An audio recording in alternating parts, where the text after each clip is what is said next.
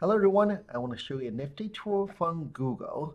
Google has a keyword research tool that you can figure out what are people going on Google, what type of keywords, search terms are they typing into Google to look for your services.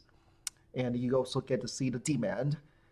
And very often what you thought that the consumers are typing into Google might be different than what you would have thought. Because very often these are what you think are industry-based terminology, and very different than what consumers might type in. And of course, you get to see demand for your product and services as well. So let's do a demo here on how to use the keyword planner. So once you log into your Google Ads account, it's very simple. You go to Tools and Settings, click on Keyword Planner, and that will get you to this page, and click on Discover New Keywords. And for fun, let's say you are a window covering dealer and you want to sell more of the motorization products. So let's take a look.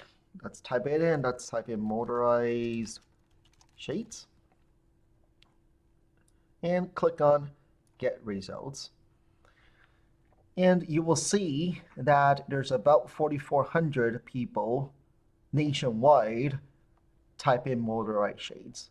And what Google does, it will show you all the surrounding keywords that's closely related to motorized shades.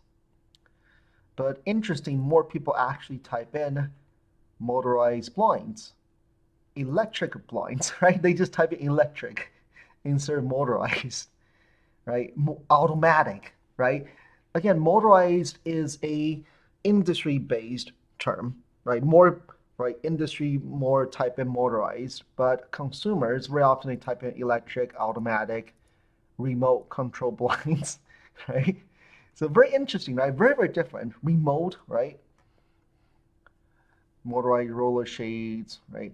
Power, right? So again, this gives an idea automatic, right? More people typing, a lot of people typing automatic, right? So that's at least this gives you what type of keywords are consumers typing in to Google.